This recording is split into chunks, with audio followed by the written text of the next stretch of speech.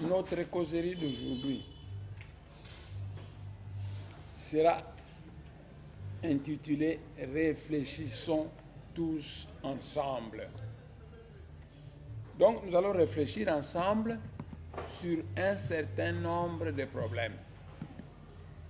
Pour commencer, à l'époque de l'Empire du Congo, parce que vous savez qu'avant l'époque coloniale, les Bakongo avaient leur pays à eux, qu'on appelait l'Empire du Congo, qui allait depuis le sud de l'Angola jusqu'au Cameroun. Mais à cette époque-là, il y avait une réglementation dans le pays, qu'à tout endroit où il se trouve, le fils du Congo, avant de prendre la parole, il doit se présenter. Parce qu'à cette époque-là, on mettait une différence nette entre le fils du pays et l'étranger, entre le seigneur propriétaire de la terre et l'esclave acheté. Ainsi, avant de prendre la parole partout, le fils du Congo devrait se présenter. Et se présenter, c'est dire son nom, dire le nom de son papa, de sa maman, leur clan, leur village, ainsi de suite. Comme ça, on saura que c'est un citoyen du Congo et non pas un étranger. Ainsi, je vais me présenter. Je m'appelle Némoanda Nsemi. Mon papa s'appelait Nsemi Thomas. Il est de clan Kimpalanga, du village Kinkaanga. Ma mère s'appelait Yaya Mpolongimbi. Elle est de clan Kinkumba, du village Tempe d'Ambongo, que les Belges ont appelé Zébélé. Donc, vous voyez bien que moi, Némoanda Nsemi, j'ai mes parents qui sont de purs Congolais, le papa, un pur Congolais, et la maman, une pure Congolaise. Je continue ma présentation en disant que durant toute ma jeunesse, j'ai étudié les mathématiques, la physique et la chimie. Et puis je suis allé à l'université Lovanium. Quand je suis arrivé en 3e année à la faculté des sciences, 3e année à la faculté des sciences, c'est l'année où Moutaka Savubu était mort. J'habitais le Homme 20.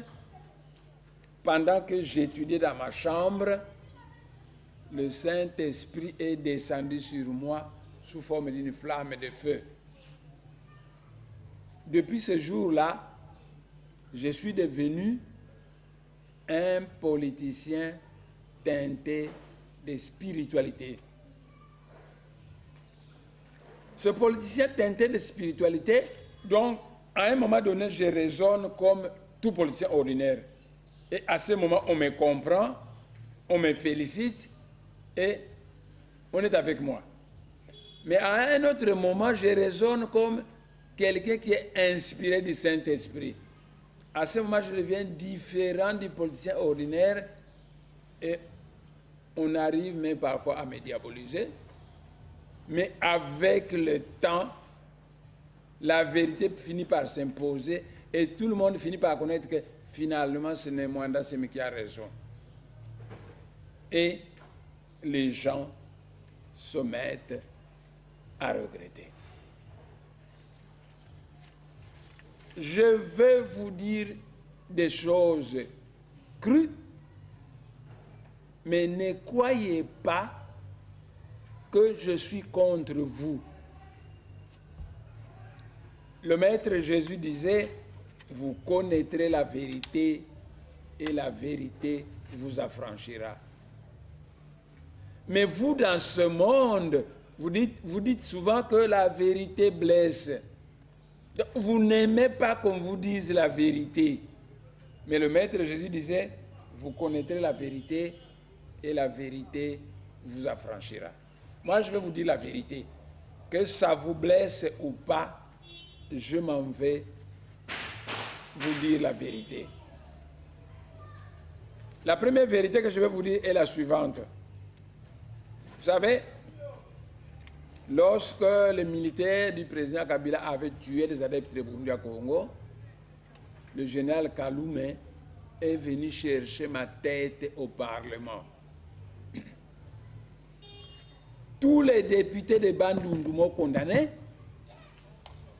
Tous les députés du Palou m'ont condamné.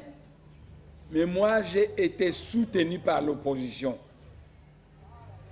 Les François Mwamba, les Thomas Louhaka, le jeune Moutete là-bas, Emery Okunji, ils m'ont vachement soutenu. Pendant que les députés de Bandundu, du Palou, me diabolisent et voulaient qu'on me condamne, les députés de l'opposition, les François Mwamba, les Emery Okunji, les Franck Diongo, tout ça, ils m'ont soutenu. Au sortir de cette épreuve, j'avais compris que dans la vie, il est bon d'avoir une famille qui peut vous soutenir en cas de difficulté. C'est à ce moment que j'ai glissé dans la famille politique de l'opposition. Cette famille politique m'a tellement soutenu que je resterai reconnaissant envers cette famille. Donc cette famille politique de l'opposition peut commettre des erreurs, je pardonnerai toujours parce qu'il m'avait sauvé la vie. N'eût été cette famille-là, je serais condamné au Parlement, aujourd'hui je serais déjà tué. Mais c'est la famille politique de l'opposition qui m'a soutenu.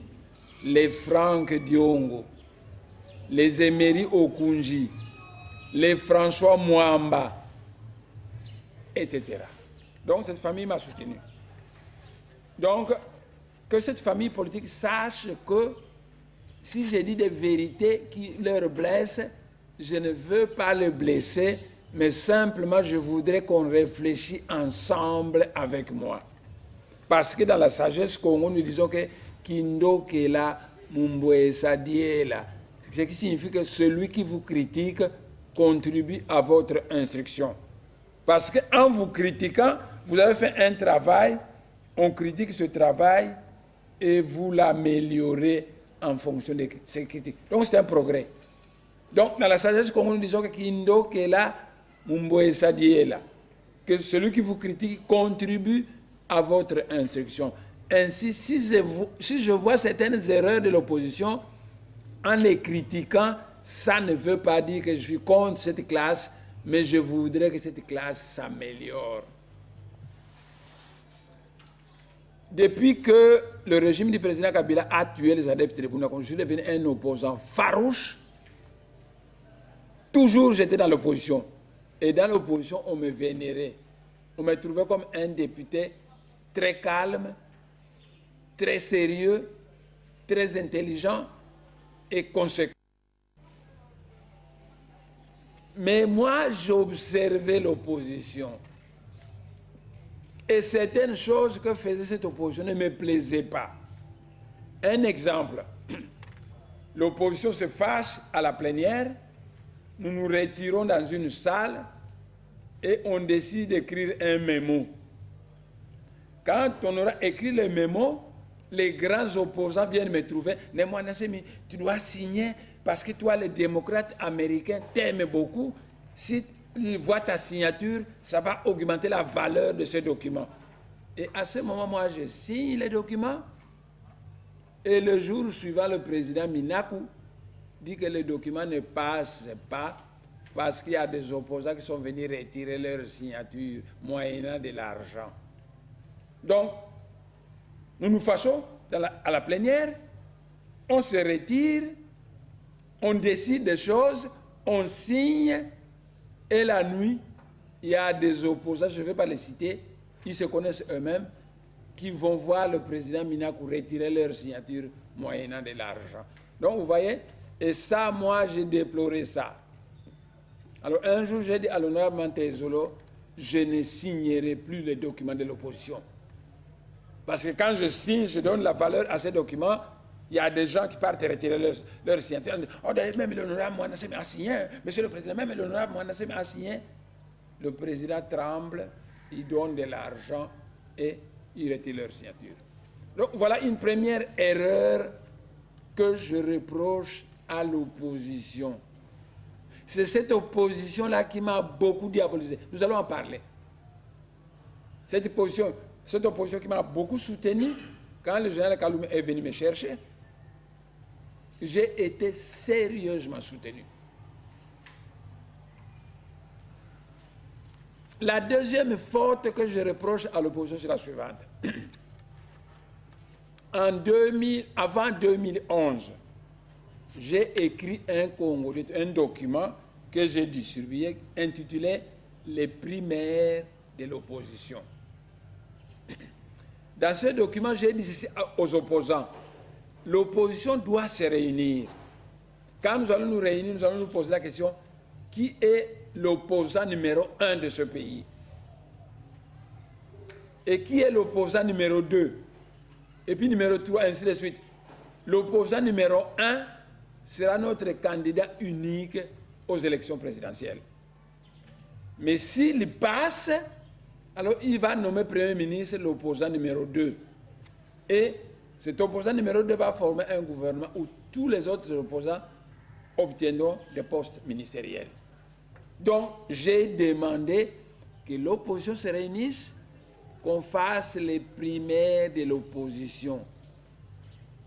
Mais Tshisekedi n'était pas d'accord.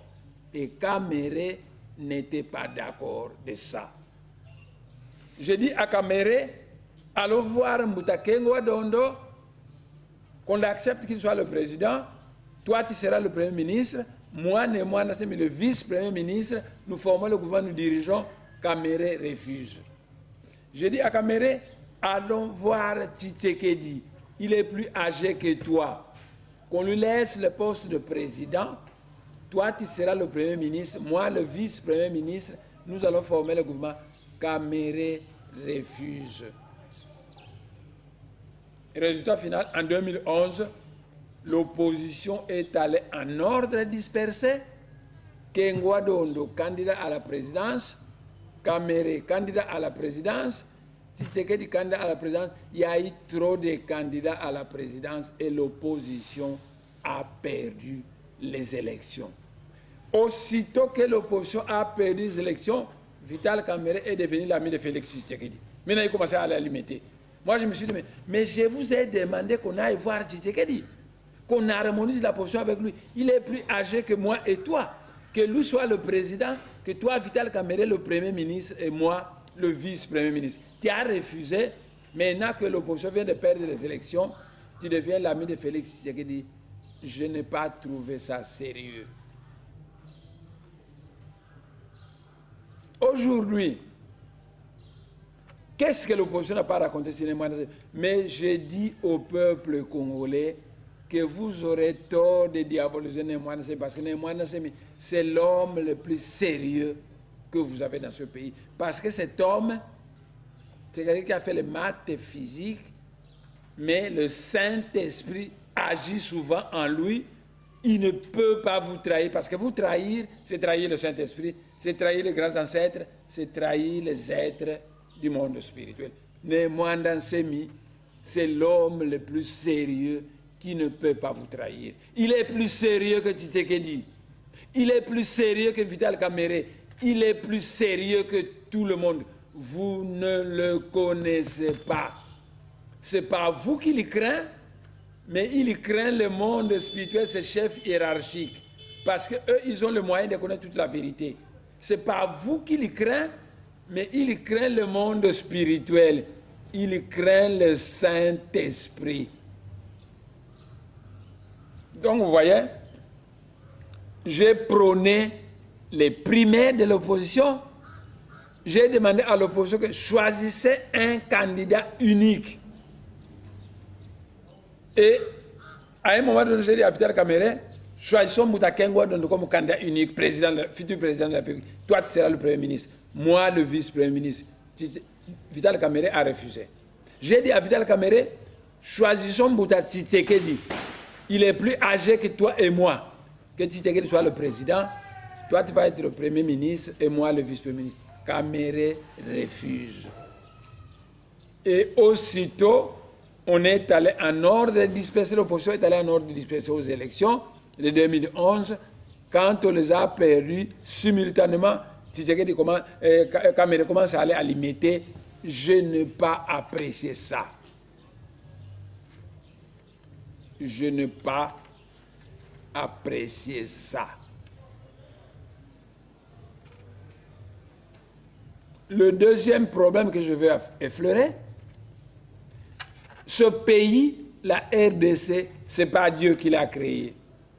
Ce sont des Belges qui l'ont créé en mettant des forces, les Bakongo, les Bangala, les Baswahili, les Baluba. Ce sont les Belges qui nous ont mis ensemble.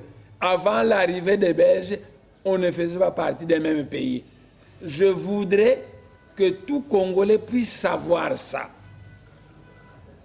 Parce que si les Congolais savent ça, s'ils savent que ce pays, ce n'est pas un Congolais qui l'a fondé, ce sont les Belges qui sont rassemblés des forces, les Bakongo, les Bangala, les Baswahili, et ils nous ont mis ensemble de force.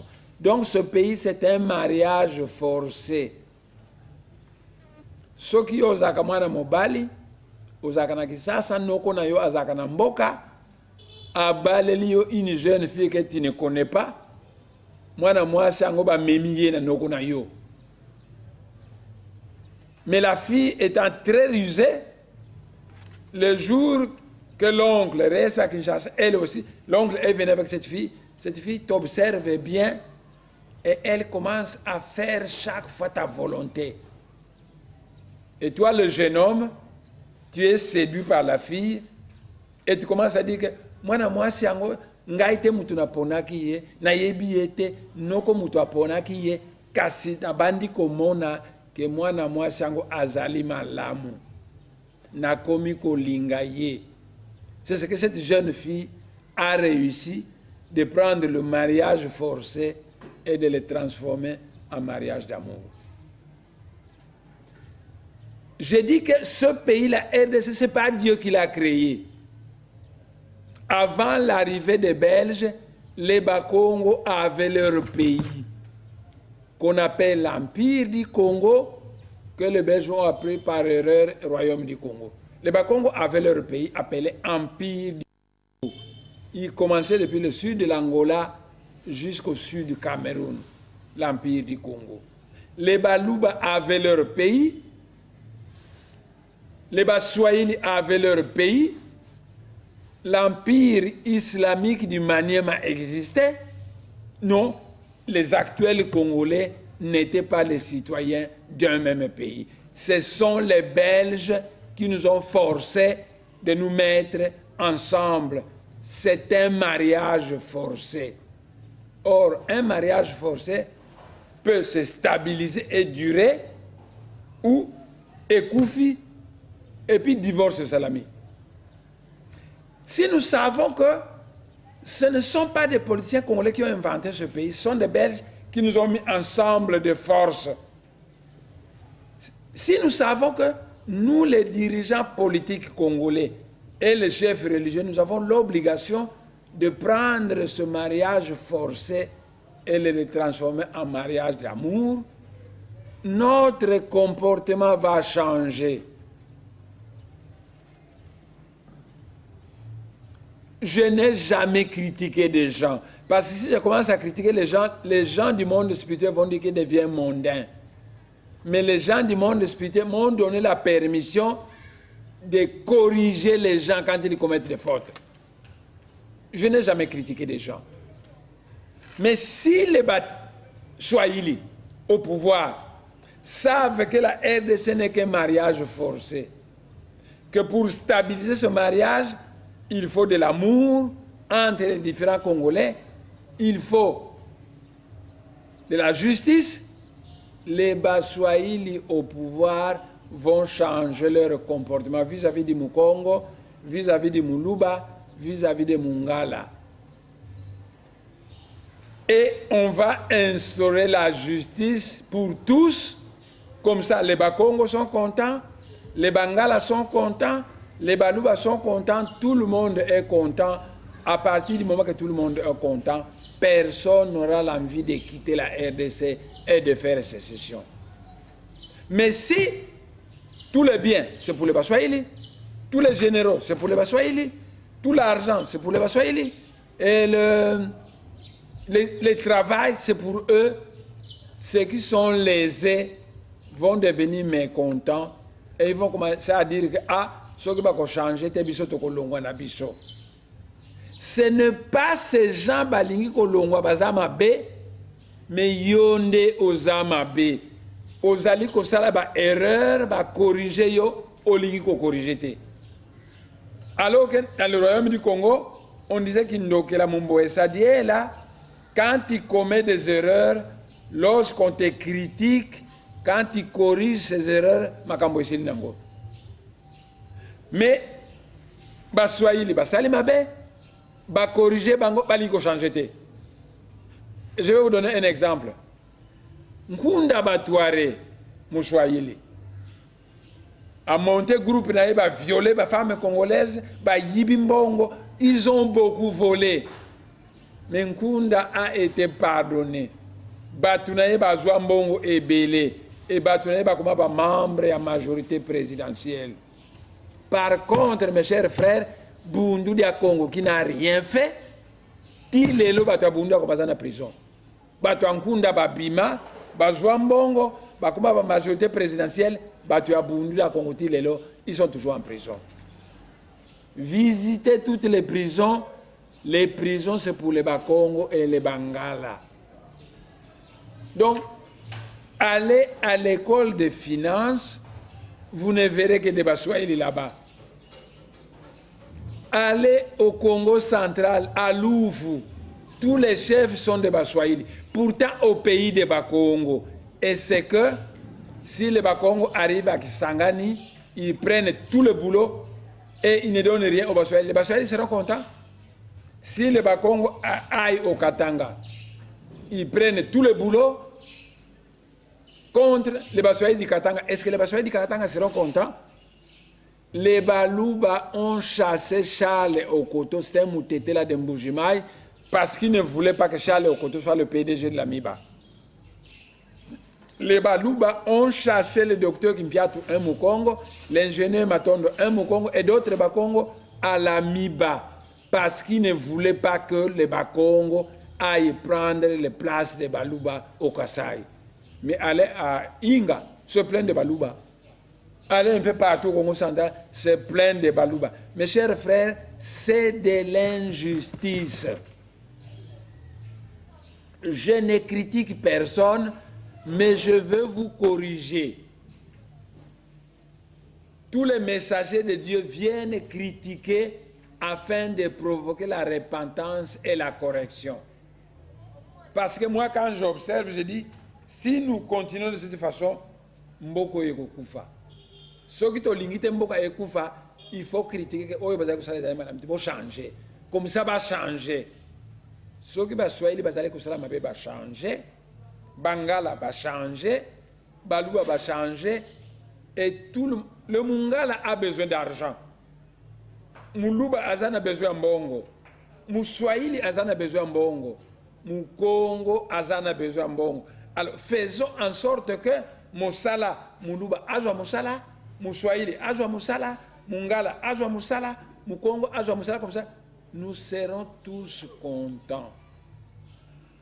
Mais ce qui est comme que Misala Nyonso ya Baswahili, tous les généraux Baswahili, tous les ministres Baswahili, Bakongo bazalité, Balouba bazalité, Bangala bazalité, les mécontents, donc les Bakongo, les Bangala, les Balouba vont commencer à dire ce qui boye, biso tokolonga na biso na RDC, to sala eta na biso mususu.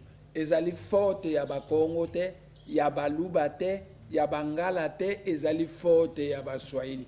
Parce que bino bozali ko commettre erreur, bazo corriger bino bolingi koyoka te. Et résultat final yango ana Bakongo balingi balongo na bango, Balouba balingi balongo na bango, Bangala balingi balongo na bango. Bozwa faute ya Bakongo te. Kunda Batouare a commis des gaffes horribles, Mais le gouvernement de Baswahili l'a pardonné. Par contre, Bakongo Basala est locomoté, Basana prison. Bangala Basala est locomoté, Basana prison. Comment voulez-vous que le Mungala, le Mukongo, le Muluba puisse se comporter? Mais il va dire, ceux qui boyent, ceux qui peuvent changer, biso to kolonga na biso. Forte ya Bakongo te, ya Bangala te, ya Baluba te, forte ya Baswahili. Parce qu'ils ne veulent pas se corriger. Ils ne veulent pas corriger.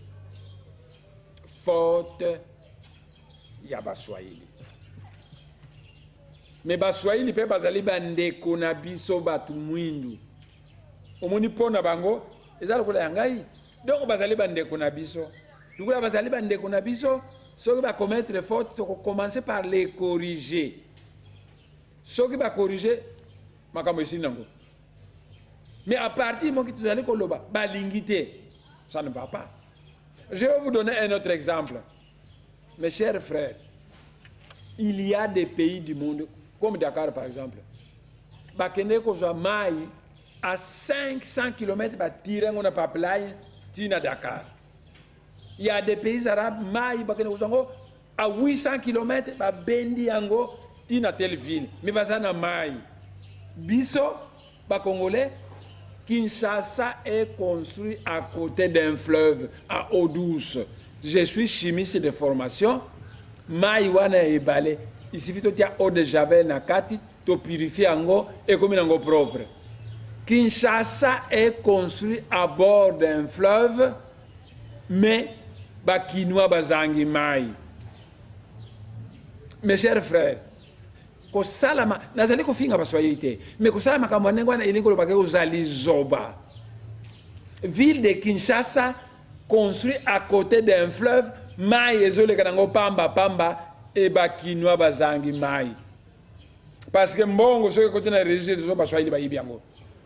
Mbongo soki côté ba yibiango bale bantaba bakurir basi ba melima sanga batindi bana na poto bazo construire bandako et les Kinois n'ont pas d'eau. Alors que la ville de Kinshasa c'est au bord d'un fleuve. Donc on reproche Baswahili au pouvoir, donc on reproche. Quand ils ne veulent pas changer, ils sont têtus, ils sont tous en minduki, parce que ça la nini, donc on s'impose. Alors nous on dit, et dans ces conditions, ils sont au long na biso. Toti ka bino na RDC na bino, bo dirigeant on nege a bino ba tu balingi ba rébellion éternelle na est, biso ba Congo rébellion ezalakate. Alors biso to kolongo na biso. Comme ça, on dit que na mboka na bino, bo dirigeant on nege bolingi. Parce que biso na sagesse Congo, on dit que Kindo Kela Mumbwesa Diela. Celui qui vous critique vous rend plus intelligent. Alors, mai yangoyo, bakinois bazangi mai, tozo pesa bino ba solution, vous ne faites rien. Biso ba Congo, tolingi kolongwa na biso, botika la bino na bino, bo dirige mboka na bino ndenge bolingi.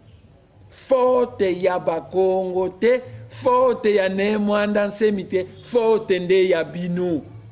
Bazali ko corriger bino, boyoka, bo changer, makambo esili nango. Biso non tozali bato mwindu, tofani na biso esika moko. On a besoin d'un grand ensemble, tofani na biso. Mais, to corriger bino, bolingo yoka te. Bolingi ki mokonzi, me mosala mokonzi asala akaboye biango te. Et tant que tu as corrigé, ah, biso tsana minduki, biso, ah, lukula bino mozali ba rebelle éternel pendant 50 ans ba rebelle non se uta kaka ipana bino, biso tolingi kolongwa na biso. Parce que l'ONU reconnaît le droit du peuple à l'autodétermination. Parce que ONU alobaka boyeke soki mboka ezana bikolo ebele et que bazali ko yokana te soki tribu moko elingo se retirer. Donc on peut le droit à se retirer. C'est comme ça que l'ONU a permis à Kosovo de se retirer. Le Kosovo est devenu indépendant.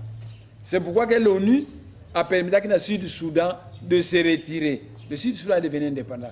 Yangoa na komaki na ONU que ba Congo balingi ko se retirer. Mais bino baluba, bino bangala, bino baswahili, ngai nazali ndeko na binu.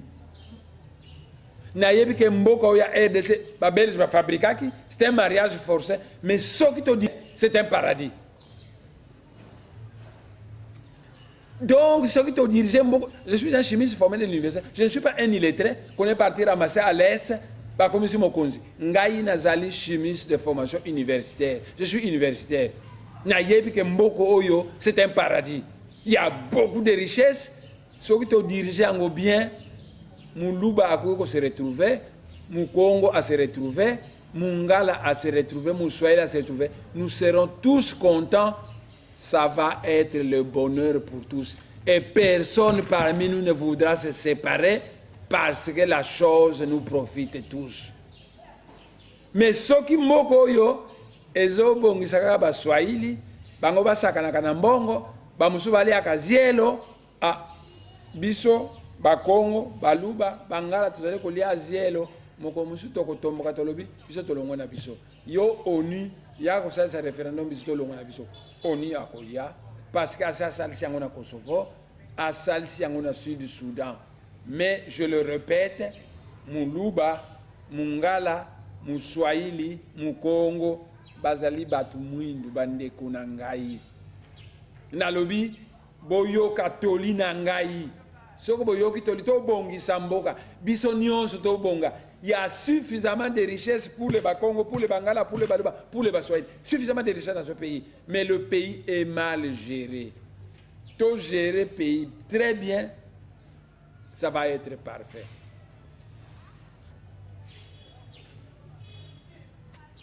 Maintenant,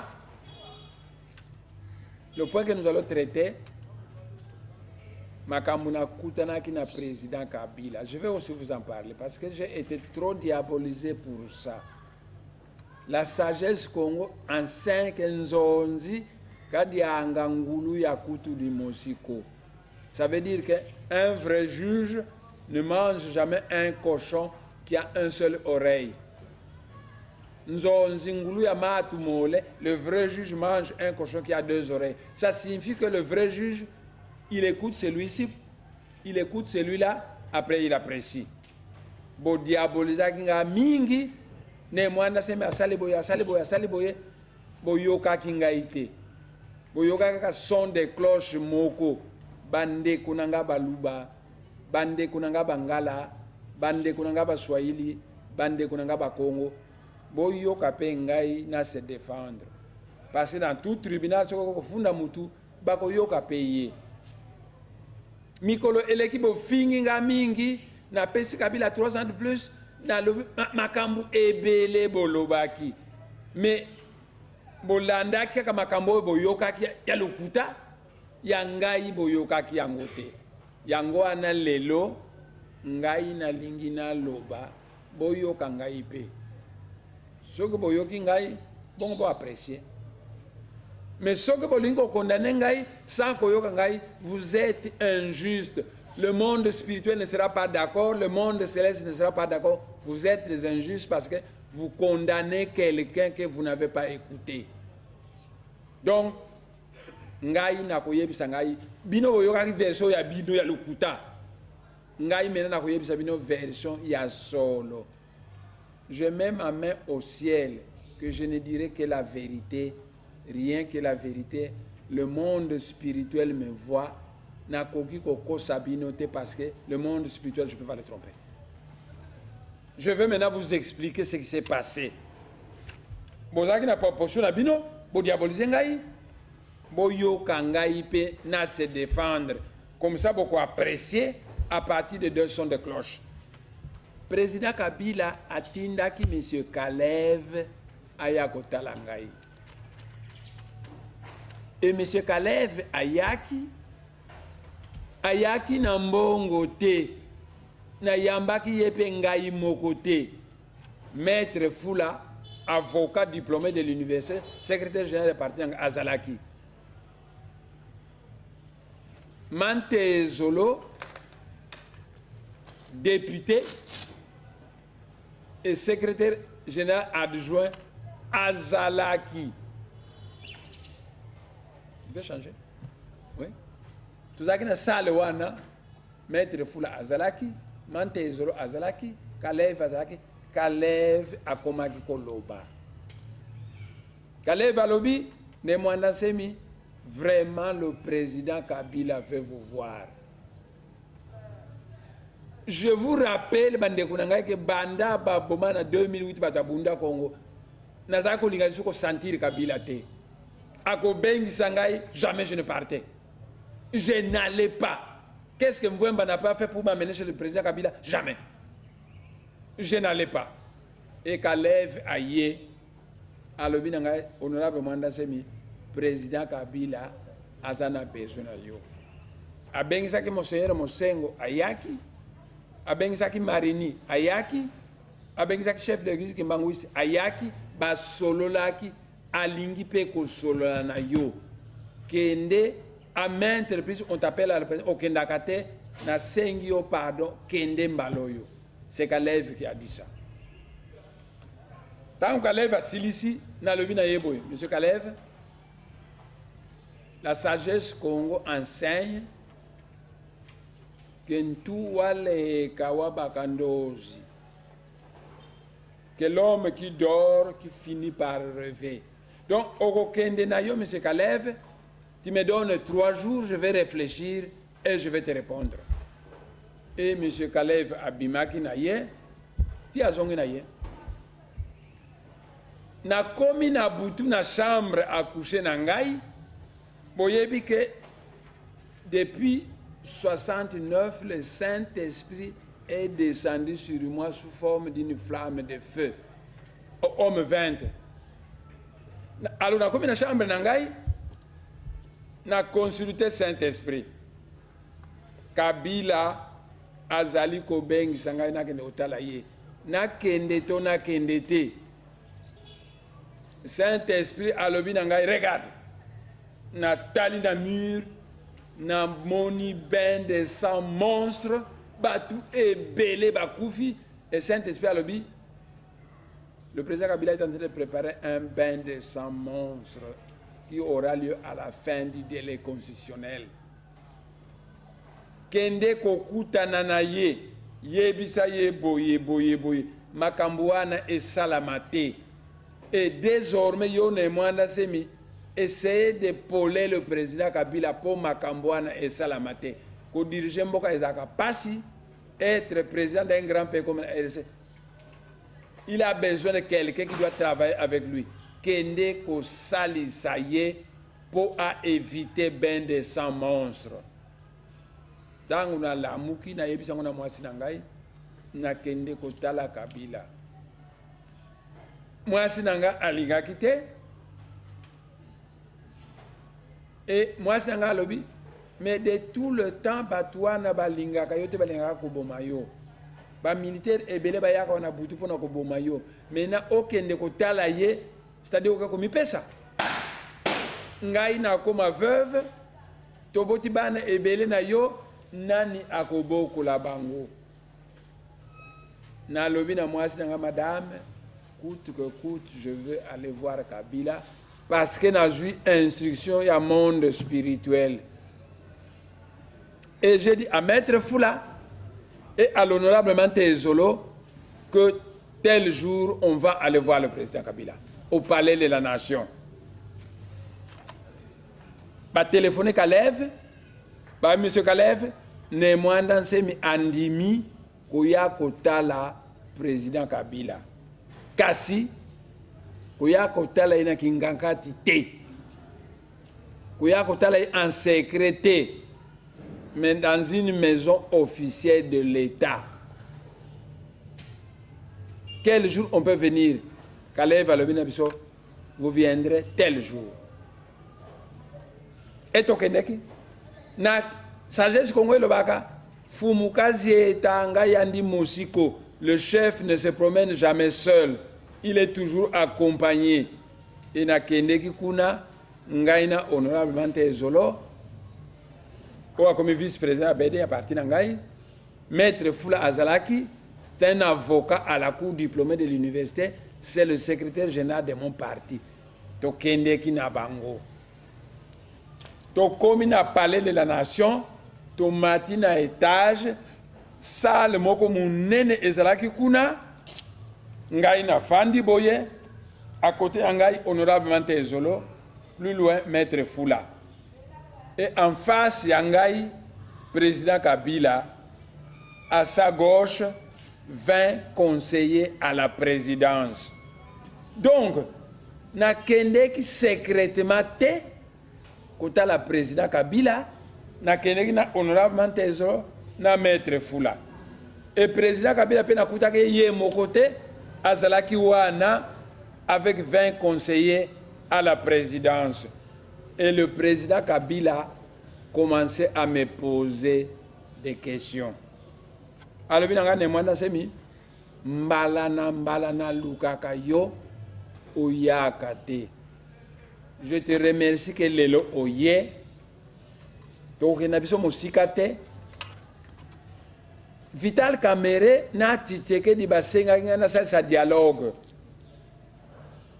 Tangu nandimi dialogue yango, Vital Kamerhe a compliqué. Alobi, ngai na koyate à condition que okonomenga premier ministre à la fin du dialogue. Tshisekedi alobi, ngai pe na koyate à condition que nomme moi na ngai Félix Tshisekedi premier ministre. Ah. Président Kabila alobi, ah, na monike makambo c'est compliqué. Bato ba senga makambo na ndimi yango, ba ko poser la condition. Oyo premier ministre, oyo premier ministre. Qu'est-ce que je vais faire? Je vais consulter les sages de la République. C'est comme ça qu'on a consulté Monseigneur Mosengo, on a consulté Monseigneur Marini, on a consulté le chef de l'église Kimbangwiste, on a consulté le chef des musulmans, et maintenant, on a Bengisaki en tant que chef ya Bundu de Congo. Ya Congo pas que c'était chef ya Bundu de Congo, on a consulté Yoli Susu. Et ngai na zaika koningisa mutu. Alors, président Kabila alobi boy. Mbula ekoya. C'est la fin du délai constitutionnel. En principe, il faut tout ça là-bas élection. Conseil ni no koko pesa pour la élection, on est ça là bien. Voilà la première question président Kabila Tuna Kingai. Conseil nini koko pesa pour élection et ça là bien. Ngana Lubina président Kabila. Monsieur le président, dans tous les pays du monde, Bapaya, Bavotakate. Moi, je peux aller en Allemagne. Quand les Allemands vont voter, moi, je ne vais pas voter parce que je ne suis pas allemand. Je peux aller en France. Quand les Français vont voter, moi, je ne vais pas voter parce que je ne suis pas français. Dans le président Kabila, dans tous les pays du monde, Bapaya, Bavotakate. Kaka nationaux, Bavotaka. Donc, il est très important tout ça, l'identification de la population. Potoye ba banani bazali ba congolais et banani bazali ba congolais te. Il faut tout ça l'identification de la population. Tant que tokoye ba banani bazali ba congolais, maintenant il faut toye ba congolais yango bazali combien? Il faut tout ça le recensement de la population. Surtout tout ça l'identification de la population. Qui sont Congolais, qui ne sont pas des Congolais. Tout ça le recensement. Les Congolais, on va aller combien? Tout ça maintenant fichier électoral crédible. Ce qui est sili, à l'autre Congo qui n'a pas élection, et Kozala qui toko. Mais président, yeba li kamboyo. Surtout ça les deux cartes géographiques. Moko ya Kinshasa, moko ya RDC. Carte ya Mibale, ya Poto Mobimba. To superposer yango. To superposer yango, ce qui Kinshasa est tombé na Londres, Lubumbashi est tombé na Moscou. Entre Londres et Moscou, vous avez toute l'Europe. Donc vous voyez que la RDC c'est un pays qui est trop grand. Le pays est trop grand, identification de la population, recensement, fichier électoral crédible, moyen en une année et kokate. To kokate en une année. Yango anana sengi yoke, tozo moins transition de 3 ans seulement. 3 ans c'est rien dans l'histoire des peuples. Tozo moins transition à 3 ans. Pour tout ça la identification de la population. Parce que dans beaucoup de batu ebele bazana ngoba congolais te. Mokolo moko na keneki na limete kutama na keneki utala mutu moko na yoki bato ya IDPS bazoyemba nzembo ngai te muto na lobi yango boyebi ke ngai nalobaka toujours vérité. Il faut pas me provoquer soko provoquer ngai nakolobaka la vérité parce que le monde spirituel ne reconnaît que la vérité. Nakomi na limete bato ya IDPS bazoyemba nzembo ngai na bandi koyoka nzembo wana baza koyemba nini ya chichi kamere azali Burundi zongise na Burundi ngai te muto na yemba nzembo wana. To se rendre compte que Général Raus mutu abomaki ba adepte ya Burundi ko azaka ne Congolais te azali Zambien naturalisé belge.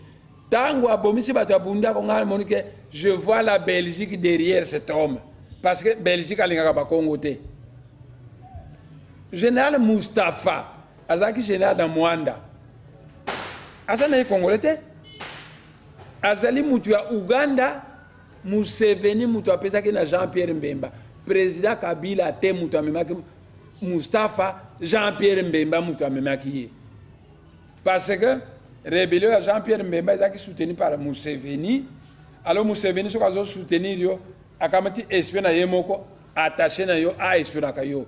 Donc Mustafa azali Congolais te, c'est un Ougandais.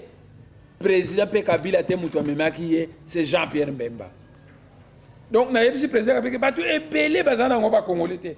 Bango ba sengeli ko voter te. Donc, il faut to ça la identification de la population. To yeba banani bazali ba Congolais, banani bazali ba Congolais te.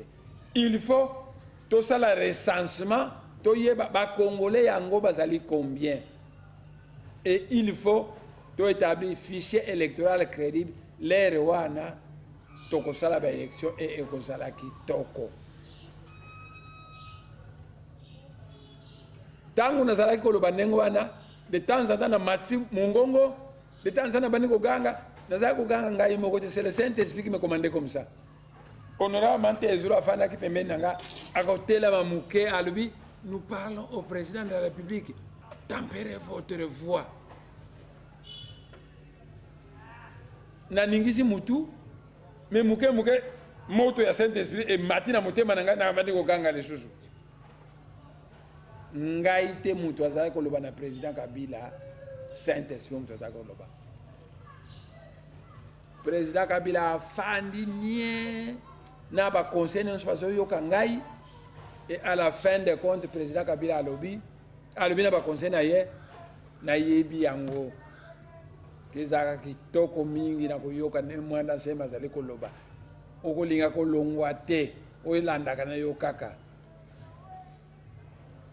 Je vous dis ceci. Ce qui n'a pas yo avant calvaire oyo batu ya Burundi akoma yebaki, il n'allait pas les connaître. Parce que banda ke na koma mokonzi yo Congolais ya liboso mutu a craché ngai vérité en face à cœur ouvert. Je vous remercie beaucoup.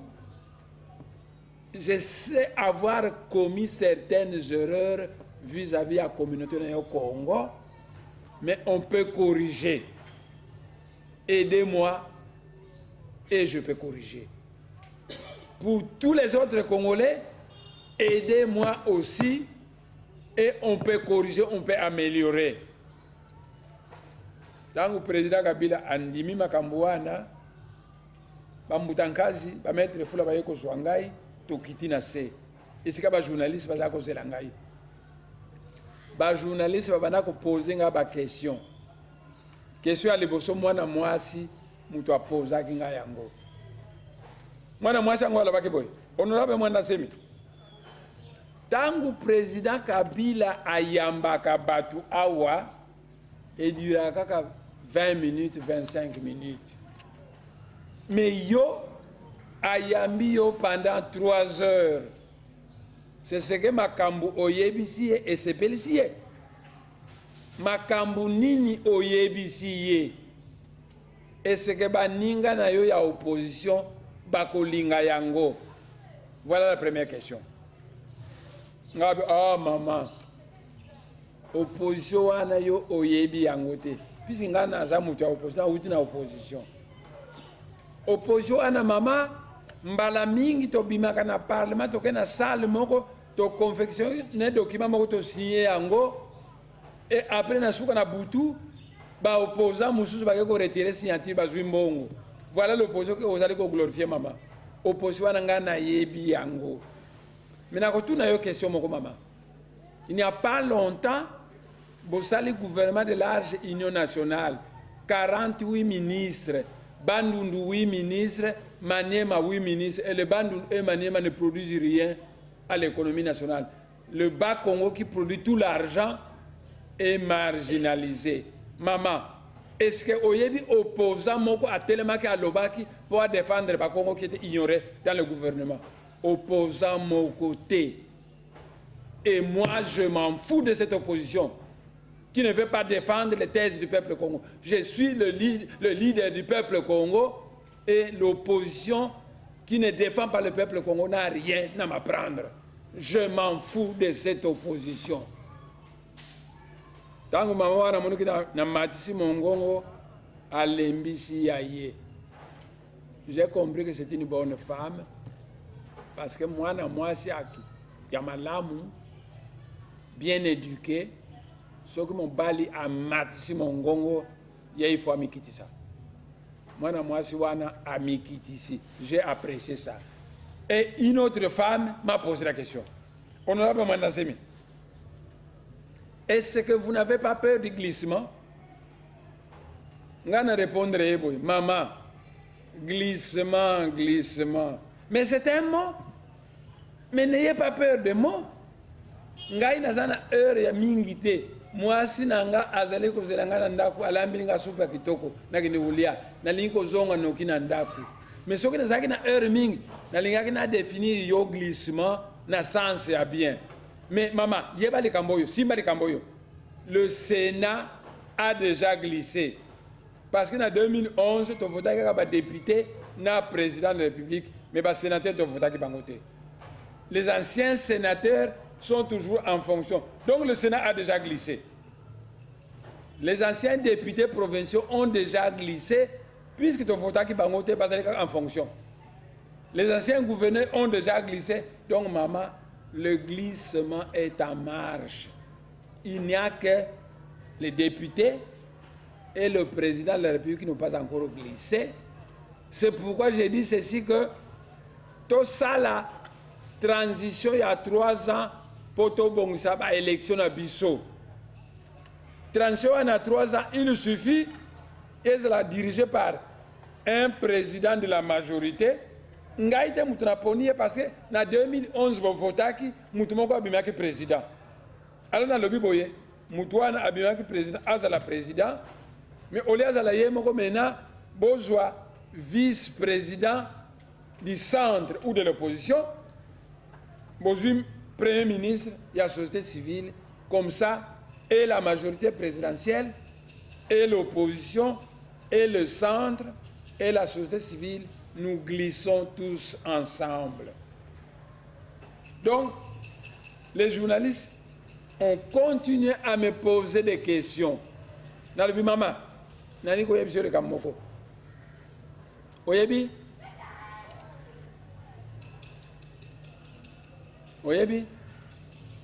osombi camion obandi ko exploiter yango mais camion yango ezanango kimbambala ça ne te donne pas un bon rendement mais la compréhension est à ma baie ozo supposer que faut y a chauffeur.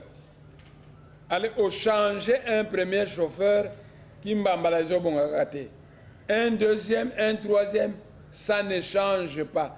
Tu continueras à avoir des problèmes. Tu vas s'attaquer à Kimbambalawana. Kasavubu Azalaki président Bolongoliye, Boté Mobutu, Bolongoliye, Boté Kabila, Bolongoli, Bokumina Kabila, Bozo Bonga Kakate. Kimbambala, faute ya Kimbambala, il y a chauffeur T. Kasavubu Azana est chauffeur, Mobutu Azaki est chauffeur, Laurent Kabila chauffeur, président Kabila est sous-chauffeur. Mais faute ezali ya Kimbambala. Vous voyez que RDC c'est le mariage forcé. Ba Belge, ba força qui bino, et si vous allez ici Kamoko. C'est un mariage forcé. notre devoir à nous Congolais, mu Congo a besoin de mbongo, mu Swahili besoin de mbongo, mu Luba besoin de mbongo, mu Ngala besoin de mbongo. Poto bonga biso nyonso, il faut que tu aies politique et la justice pour tous. Comme ça, le Congo sera content, mu Swahili sera content, mu Ngala sera content, mu Luba sera content, mu Ngala sera content. Personne n'aura l'envie de quitter parce que la chose nous profite tous. C'est pourquoi biso ba Congo, tant que dirigeant qui mboko yo biso ba Congo, tant que Kasavubu azaki président, a une mission, a eu frais de mission, aller amener Sika Kendeki, azongi mbongo ezongi, azongi siango na kesi ya État, tant que biso ba Congo to dirigeant qui. Mais ba Congo balabi Kasavubu c'est un bon gestionnaire, omoni c'est un bon gestionnaire. À quel voyage, c'est un bon gestionnaire parce que le peuple Congo, c'est un peuple travailleur, bon gestionnaire et doté de valeurs morales et spirituelles. Mbutaka Savubu, bon gestionnaire. Mbutaka Savubu a nommé Iléo Mongo Premier ministre. Après, Mbutaka Savubu a nommé Adoula Mungala Premier ministre. Après, Mbutaka Savubu a nommé Tchombe Lunda ya Katanga Premier ministre. Après, Mbutaka Savubu a nommé Sendwe Mulubakate Premier ministre. Après, Mbutaka Savubu a nommé Nendaka patron ya service de sécurité Muswahili ya Kisangani. Pozomona bakongo na ba dirijaki. Pozomona Mbutaka Savubu azo pesa ki mo considère toutes les tribus. Tangu Mobutu aye, tangu Kasavubu alongwe parce que Kasavubu azako zongi sambongo, biso bakongo tolobi c'est un bon gestionnaire, mais baluba, bangala, baswahili balobi azali yuma. Alors bolongoli yuma wana ya mukongo, botie Mobutu, miso makasi ndokite, botie ye. Mobutu akomi mokonzi. Chaque année, azala kopesa 1 500 000 $ au baron de l'Équateur. Et alobi, bino ba mongo, ce que vous en avez passé pour que nous ne l'ayons pas, on a payé 1 500 000 $. Donc, toutes les tribus de l'Équateur, après nous, comment a payé ça. Donc, Mobutu voyait l'Équateur. Président Mobutu, abomi général Masiala, Mukongo, balayé, vous avez vu balayé na bateau présidentiel. Donc un général Mukongo tué, mangé par Mobutu et les siens dans le bateau présidentiel. Président Mobutu a kangisaki Mbutabi Kebi Raymond, c'était Mananga de Kassi, azaki directeur du bureau politique à Abako, a kangisi batimoli libulu, ba famé léopard moko alete pendant une semaine, ba kitisi léopard na libulu wana, ba kamati Mutabike ba kitisi kuna léopard aleye. Président Mobutu. Donc asala ki makambu ebele ya mabe et président Mobutu a yibi mbongo ebele 36 milliards akeko bomango na poto. Président Mobutu alongwe Laurent Kabila aye. Laurent Kabila azaki nationaliste. Biso tolobaka ka vérité. Aza mu Congo te mais je reconnais que azaki très nationaliste. Mais Laurent Kabila erreur a commetaki yangoyo. Azaki à la tête ya AFDEL, mais AFDEL wana Laurent Kabila te mutu afondaki yango. AFDEL ba Rwandais batu afondaki yango. Et tous les militaires de l'AFDEL c'était les militaires rwandais équipés sur fond de Rwandais.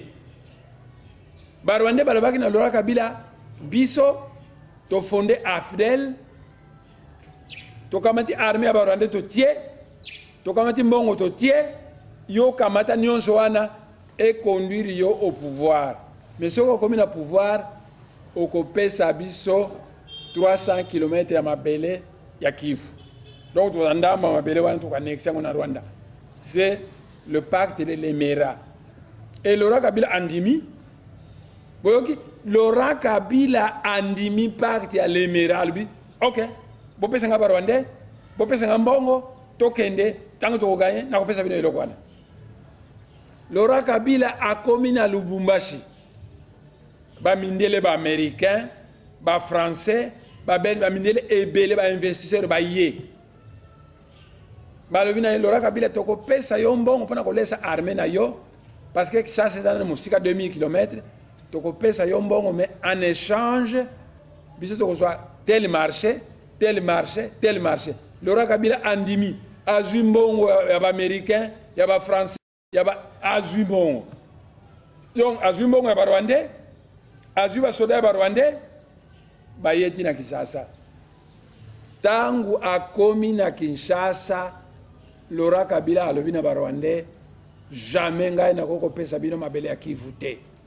Donc andimaki makambu a changé. Ba rwandais balobi biso to pesi yo ba militaire rwandais mususu na bango bakufi. Biso to pesi yo mbongo pona kolesa ba militaire wana biso mena olingi te tokotala.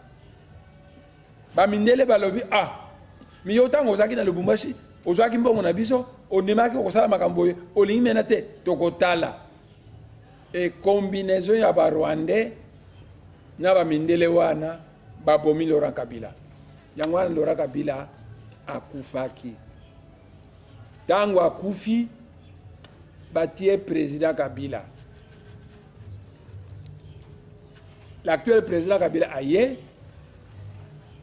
azali jeune. Donc à commettre ma erreur, ce sont des erreurs de la jeunesse. Un sage qui l'observe trouve que il lui manque un bon conseiller qu'il peut écouter. Mais il peut alors s'améliorer. Mais le président Kabila aye na gouvernement ya Swahili. Alors le gouvernement ya Swahili qui s'asse au bord d'un fleuve bakino bazana maïté. Ba Swahili botambola ki sasa mobimba de buvette ba Swahili. Masanga ba Swahili, bantaba ba Swahili. Bokena lufu, c'est le Bas-Congo. Bango na bango, Bas-Congo bazate. Na OCC Boma. Et pas Bas-Congo. Bangangé 83 personnes. 82 2 Bas-Congo, 83 Bas-Swahili. Donc, na OCC Boma, on engage des gens, 83 travailleurs, eh bien, 81 Bas-Swahili, 2 Bas-Congo. Le monde spirituel trouve que c'est l'injustice. Le monde céleste trouve que c'est l'injustice.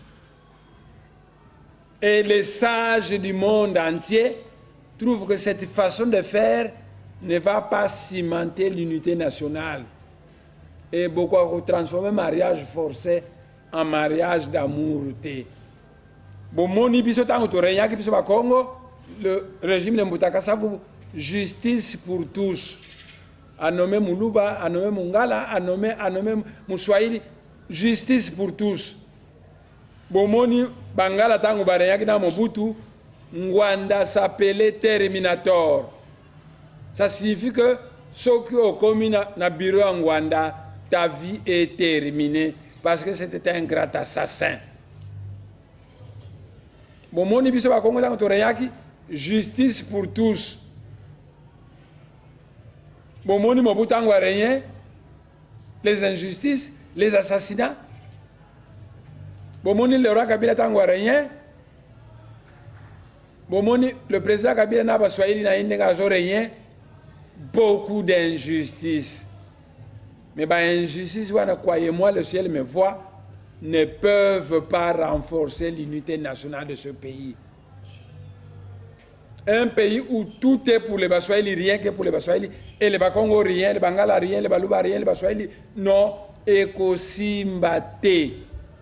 Mboka ekokabwana, faute ya Bakongo te, faute ya Baluba te, faute ya Bangala te, faute ya Baswahili.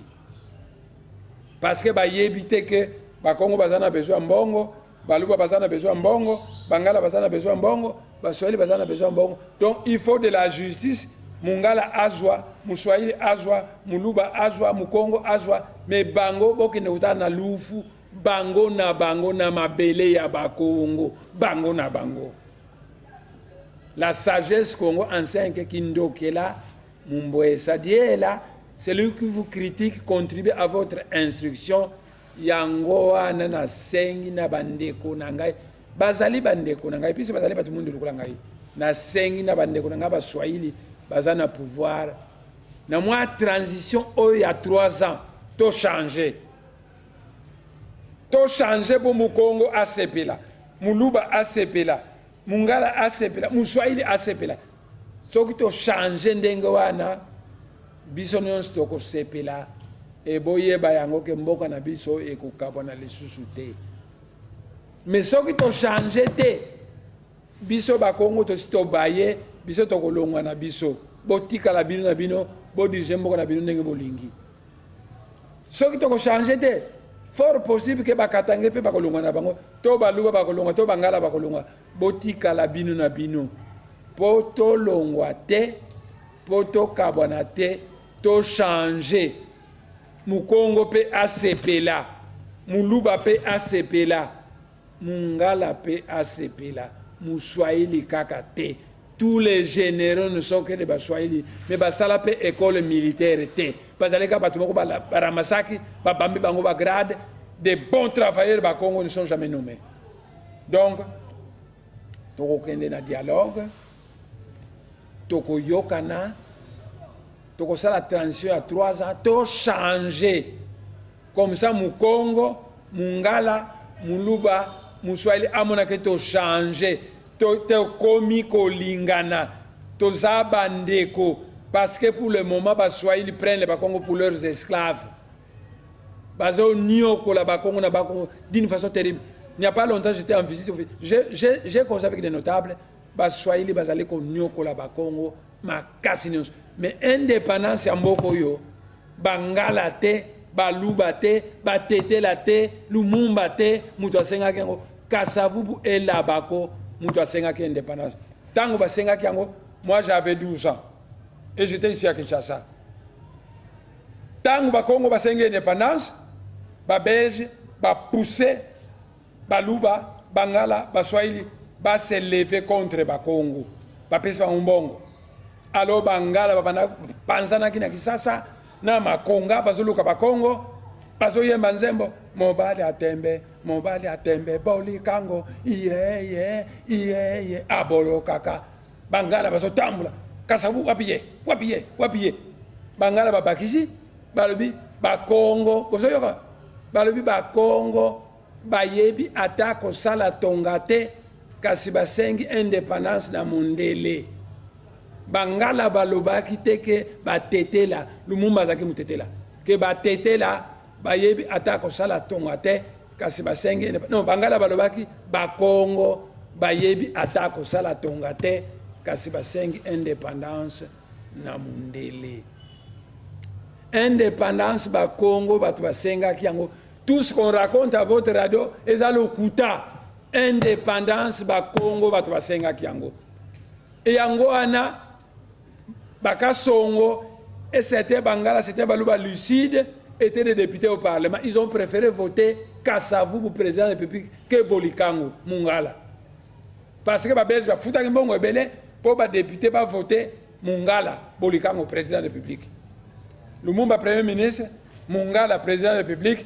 Comme ça, les Belges voulaient punir les Bakongos qui ont demandé l'indépendance.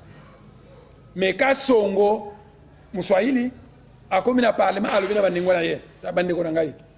Boye, puis que ma campagne d'indépendance, c'est le Congo. Président de Bango Kassavubu. Lumumba Sali, Kassialeki Kassavubu te. Lumumba comme premier ministre, Bongo Kassavubu abima 0. Topé ça qui président de la Boliga, Moté, Bandingola, to voté Kassavubu président de la République. Il y a un voté Kassavubu président de la République. Bakongo a 12 députés sur 400. Députés, il y a parlement, Kassavubu abimi avec 12 députés. Baswahili, Bangala, Baluba va voter qui est. Yango anata Kassavubu comme président, ayebaki que Bangala, Baluba, Baswahili, Batunos va voter Comment mener justice pour tous. À nos mêmes Premier ministre, il y a Mongala, il y a Mongo, il y a Lunda, il y a Katanga. C'était la justice pour tous. Voilà Bande Konangai. Bo diabolizaki ngai. Oh, Nemwanda sema apesi manda musuna président Kabila. Oh, Nemwanda sema apesi mbongo. Bande Konangai. Ti lelo président Kabila apesi ngana mbongo te obuza kukaniseke 2 millions. Ezate. Obi na poto, soko fingi mutu, il faut dédommager. Alors, on a comme il est président Kabila, au monde va diaboliser ngai, va fingi ngai, il faut gouvernement et foutre ngai mbongo. Na mosala nyonso na sali pour na dialogue, pour na éteindre feu, il y a pas trouble.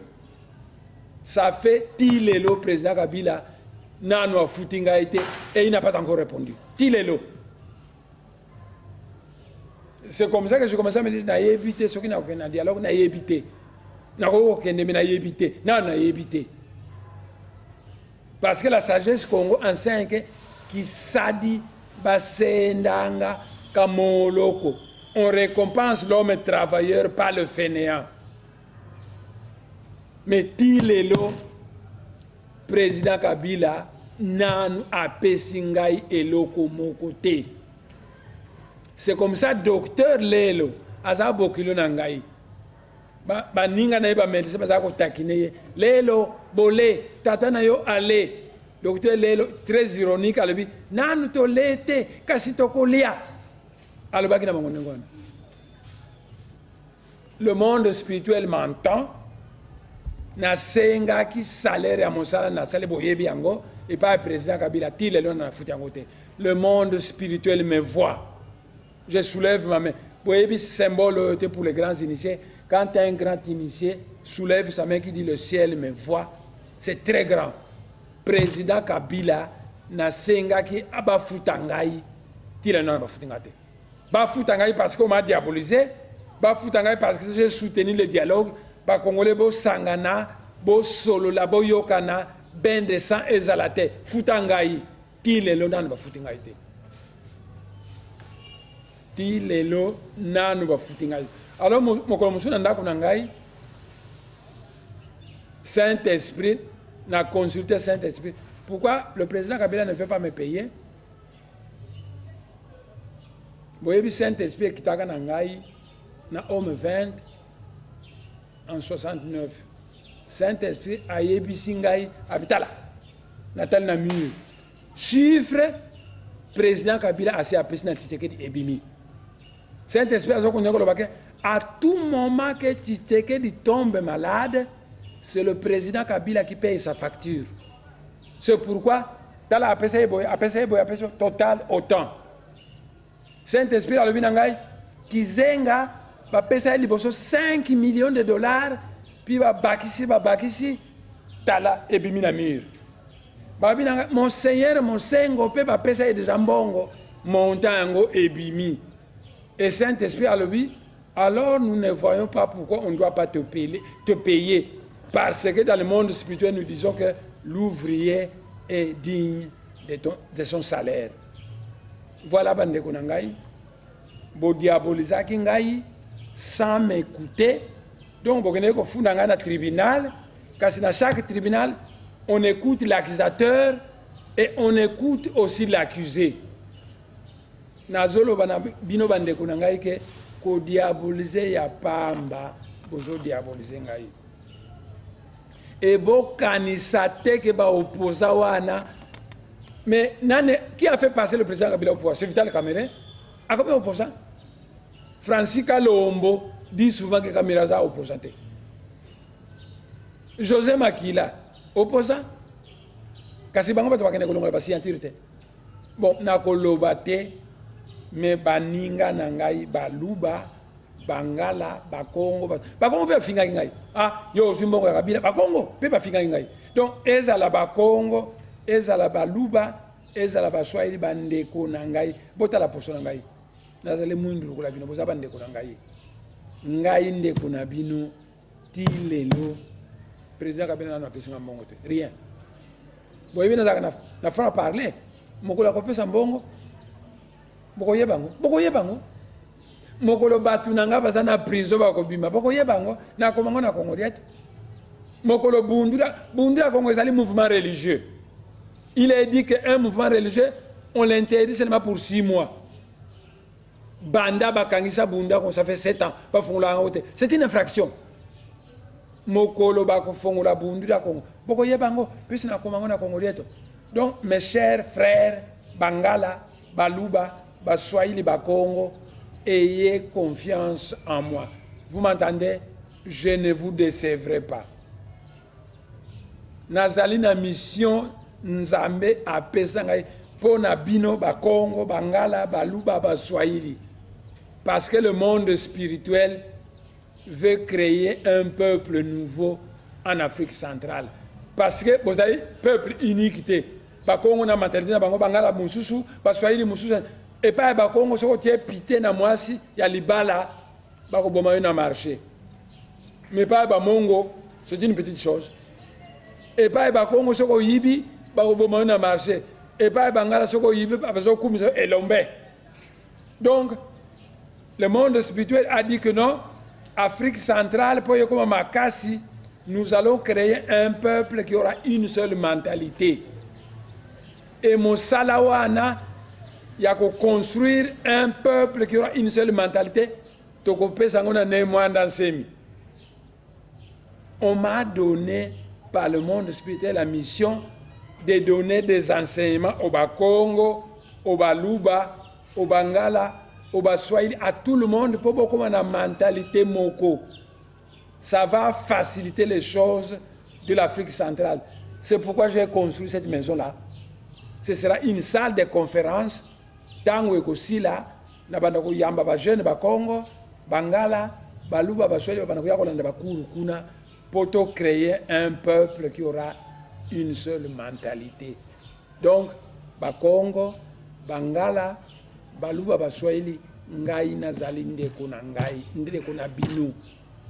On ne peut pas me condamner sans m'écouter. Bo kondanaki ngai, je me suis défendu, na yebisibino vérité. Bao na ba Congo, Baluba, Bangala, bazana Saint-Esprit, va vérifier et le Saint-Esprit va leur dire que il est le président Kabila, n'a pas payé 2 millions et pas un mois d'ancienneté. Voilà. Ma solo nabiso et Sili. Je vous remercie. Donc, j'ai terminé. OK.